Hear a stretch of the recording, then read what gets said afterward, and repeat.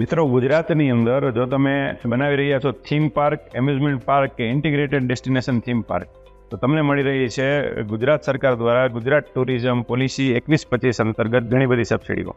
તો આ વિડીયોના માધ્યમથી આપણે સમજીશું કે કઈ કઈ સબસિડી મળે છે, કેટલી સબસિડી મળે છે અને કેવી રીતે સબસિડી મળે છે. થીમ પાર્ક અને એમ્યુઝમેન્ટ પાર્ક જે 50 કરોડથી ઉપરના પ્રોજેક્ટ હોય, જેમનું ઇન્વેસ્ટમેન્ટ છે મિનિમમ 50 કરોડનું હોય, એવા પ્રોજેક્ટને આ પોલિસીની અંતર્ગત સબસિડી મળવાપાત્ર છે. ઇન્ટિગ્રેટેડ ડેસ્ટિનેશન થીમ પાર્ક કે જે 500 કરોડથી ઉપરના પ્રોજેક્ટ હોય, એના પર સબસિડી અને અલગ અલગ પ્રકારના લાભો મળવાપાત્ર છે. તો આપણે સમજીએ કે થીમ પાર્ક અને એમ્યુઝમેન્ટ પાર્ક અને કેવી રીતે સમજવા.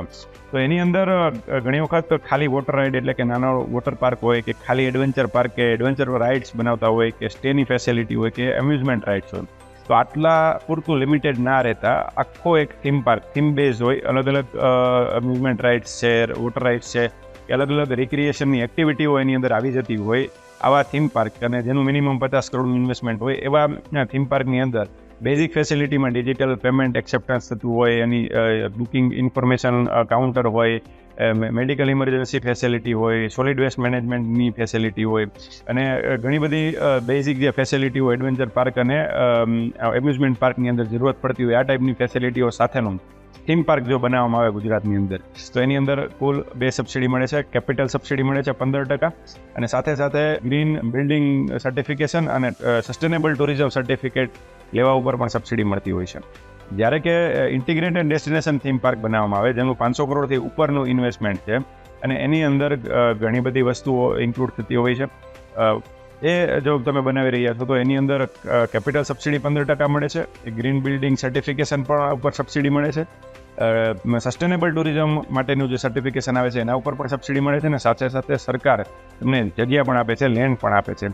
500 કરોડથી ઉપરનો પ્રોજેક્ટ હોય તો તમને ખાસ કરીને 30 એકર જેટલી લોંગ લીઝ ઉપર તમને લેન્ડ ગવર્મેન્ટ આપતી હોય છે.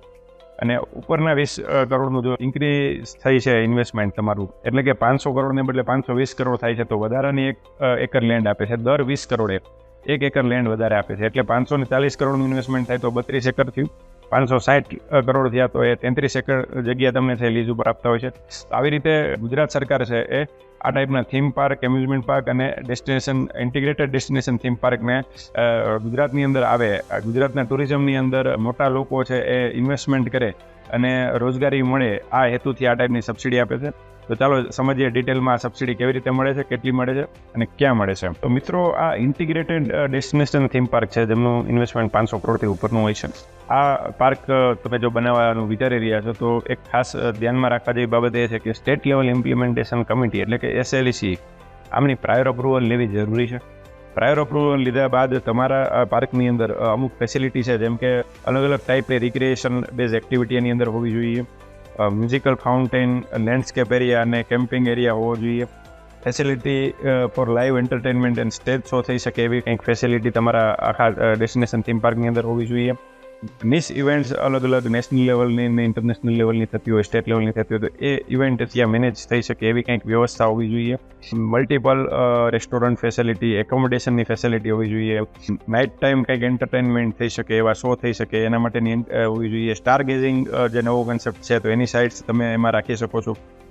કેરાવાન પાર્ક બનાવી શકાય છે સરસ મજાનો, અને ફિલ્મ સ્ટુડિયો કે ફિલ્મ સિટી ટાઈપનો પણ એની અંદર કન્સેપ્ટ તમે લઈ આવી શકો છો. અને સાથે સાથે એડવેન્ચર એક્ટિવિટી, વોટર રાઇડ્સ છે કે એમ્યુઝમેન્ટ એક્ટિવિટી ને એમ્યુઝમેન્ટ રાઇડ્સ પણ લઈ આવી શકો છો. તો આ જે કોમ્બિનેશન છે એ થતું હોય છે, અને પ્રાયર અપ્રુવલ જરૂરી છે. મિત્રો, ખાસ કરીને આ ટાઈપની જે સબસિડી છે એ પોલિસી પિરિયડની અંદર જે પ્રોજેક્ટ આવતા હોય છે એવા પ્રોજેક્ટને જ મળતી હોય છે. પોલિસી પિરિયડ એટલે 1 જાન્યુઆરી 2021થી 31 ડિસેમ્બર 2025 સુધીનો પિરિયડ છે.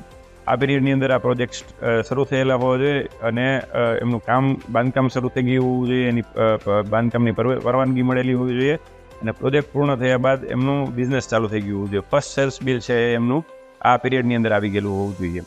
પરંતુ આ જે પ્રોજેક્ટ છે, ઘણી વખત એવું બનતું હોય છે કે 1 જાન્યુઆરી 2021 પહેલાં શરૂ થયા હોય અને 31 ડિસેમ્બર 2025 પહેલાં પૂર્ણ થયા હોય, તો એવા પ્રોજેક્ટની અંદર 1 જાન્યુઆરી 2021 પછીના જે ખર્ચ છે એના ઉપર જ સબસિડી મળવાપાત્ર થતી હોય છે. અને જે પ્રોજેક્ટ 100 કરોડથી ઉપરના પ્રોજેક્ટ છે એને 6 મહિનાનો એક્સટેન્શન પીરિયડ મળતો હોય છે.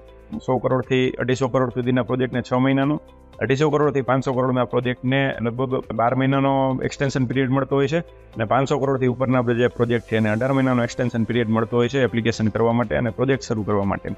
આજે ખાસ કરીને એપ્લિકેશન જે કરવાની વાત છે, તમારે તમારું જે પ્રોજેક્ટ શરૂ થાય એટલે કે ફર્સ્ટ સેલ્સ બિલ તમે બનાવો તો એના 6 મહિનાની અંદર તમારે અરજી કરવાની હોય છે. કેપિટલ સબસિડી જે 15% મળે છે એના માટે અને જે કાંઈ ઇલેક્ટ્રિસિટી ડ્યુટીનું જે એક્ઝમ્પશન મળે છે એના માટે પણ તમારે જે સબસિડીની અરજી કરવાની હોય છે તમારે સાથે જ કરવાની હોય છે.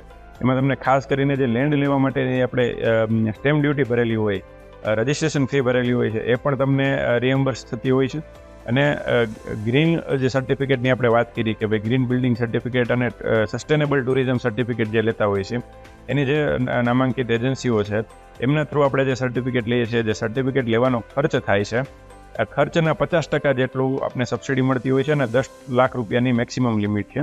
અને ગ્રીન બિલ્ડિંગ સર્ટિફિકેટમાં 10 લાખની લિમિટ છે, જ્યારે સસ્ટેનેબલ ટુરિઝમ સર્ટિફિકેટની અંદર 5 લાખની લિમિટ છે અને ખર્ચના 50% આવી રીતે મળતી હોય. અને આ સર્ટિફિકેશન આપનારી જે એજન્સીઓ છે એ છે ઇન્ડિયન ગ્રીન બિલ્ડિંગ કાઉન્સિલ, ગ્રીહા કરીને Green Rating for Integrated Habitat Assessment, Leadership in Energy and Entertainment Design, Global Sustainable Tourism Council. તો આ કોઈ પણ એજન્સી પાસેથી આ બંને સર્ટિફિકેટ આપણે લઈ શકતા હોઈએ છીએ. તો મિત્રો, આપણે ગુજરાતની અંદર ઘણી બધી ગુજરાત સરકાર દ્વારા સબસિડીઓ આપવામાં આવતી હોય છે, ભારત સરકાર દ્વારા પણ ઘણી બધી સબસિડીઓ આપવામાં આવતી હોય છે. તો આ બધી સબસિડીઓનું આ વિડીયોના મારફતે અમે તમને નોલેજ આપતા હોઈએ છીએ, જાણકારી આપતા હોઈએ છીએ અને વધુમાં વધુ લોકો આ સબસિડીનો બેનિફિટ લે એવા હેતુથી આ વિડીયો આપણે બનાવતા હોઈએ છીએ. ત્યારે આપે આ વિડીયો જોવા માટે ખૂબ ખૂબ આભાર. અને આપ શ્રી જે લોકો ટુરિઝમ સાથે જોડાયેલા છે એમને આ વિડીયો શેર કરો અને વધુમાં વધુ લોકો આ જે સબસિડીનો લાભ લે આ હેતુની સાથે જોડાઓ. તમારો સૌનો ખૂબ ખૂબ આભાર. હું છું રાજેશ સવનિયા, એડવર્ડ કોર્પોરેશન.